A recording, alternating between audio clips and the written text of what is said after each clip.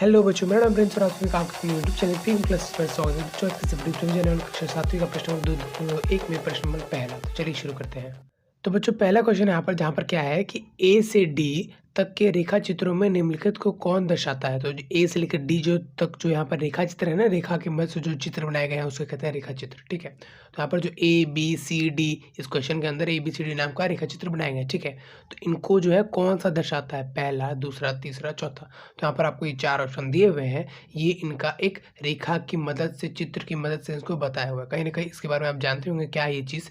ये जो आपको दिख रहा है ना 1/5, इसको 1/5 कहते हैं, इसको कहते हैं भिन्न।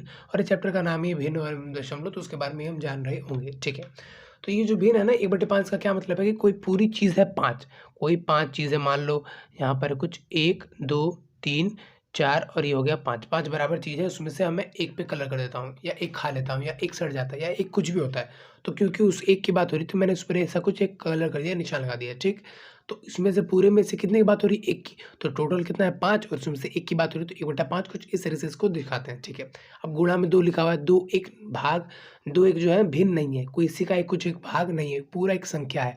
और इसका मतलब ये है कि 1/5 यानी जो ये हिस्सा ये 2 बार है, मतलब ऐसे एक और बार आकृति है। ठीक है, अब क्या यही आकृति आपके चित्र में नहीं, ऐसा नहीं, हमको ढूंढना है कौन सा आकृति है। तो देखिए यहाँ पर ध्यान से 1/5 मतलब टोटल होगा 5, उसका एक हिस्सा भरा होगा। तो यहाँ पर टोटल कितना है, 1 2 3 है, ये नहीं चलेगा। यहाँ पर 2 हिस्सा है, नहीं चलेगा। 1 2 3 4, 4 हिस्सा है, नहीं चलेगा। यहाँ पर देखो 1 2 3 4 5, तो यहाँ पर ये 5 हिस्से हैं। ठीक है, उसमें से एक की बात हो रही है, कहीं ना कहीं 1/5 की बात हो रही है। ठीक है, और ये गुणा में 2 बार, गुणा में 2 बार मतलब 2 बार गुणा। मान लो 3 गुणा में 2, 3 दूनी 6, मतलब 3 2 बार आया, या 2 3 बार आया, बात एक ही है।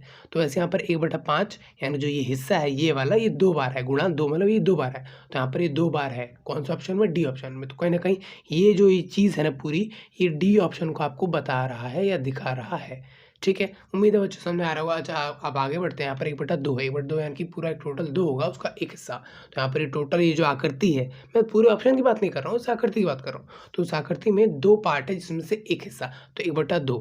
ठीक है, ठीक है, कैसी भी आकृति हो सकती है, चल सकता है, लेकिन हाँ जो इसके जो हिस्से बन रहे हैं ना वो एक दूसरे की तरफ बराबर बराबर दिखने चाहिए या बनने चाहिए। ठीक है, गुणा में 2 मतलब वो 2 बार है ना, वो 2 बार है। तो ये 2 बार, ये आकृति 2 बार है, यहाँ पर 2 बार है।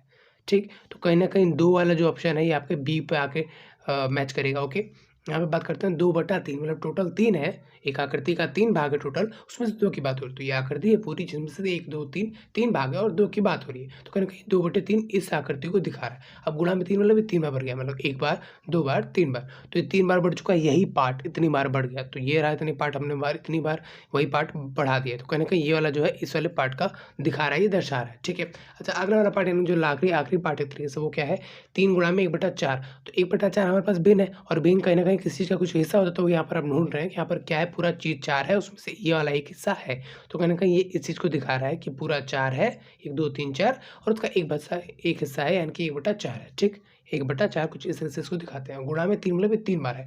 तो ये 1 बार, ये 2 बार, और ये 3 बार। ठीक है, उम्मीद है बच्चों कहीं न कहीं आप समझ पा रहे होंगे कि ये वाला जो है इसको दिखाता है। मैं इधर चल के आता हूँ और ये मैच करता हूँ। ठीक है, उम्मीद है बच्चों कहीं न कहीं इसको आप समझ पाए होंगे कौन सा भाग किस हिस्से को दिखाता है। और यहाँ पर सिंपल नंबर का गुणा होने का क्या मतलब कि वो उतनी बार या उतनी बार वो बढ़ जाए, उतना जमा-जमा नहीं कर रहे, उतनी बार बढ़ रहा है। ठीक है, अच्छा इसको बारे में मैंने अपने इंट्रोडक्शन वीडियो में बात किया था बच्चों, बिल्कुल डिटेल वीडियो से। बस 40 मिनट के अंदर आपको पूरे चैप्टर को पता चल जाएगा, क्या-क्या चैप्टर में पढ़ना है, क्यों पढ़ना है, कैसे पढ़ना है, हर एक चीज़ के बारे में। ठीक है, जो चैप्टर में नहीं भी है वो भी आप जान जाओगे कम से कम।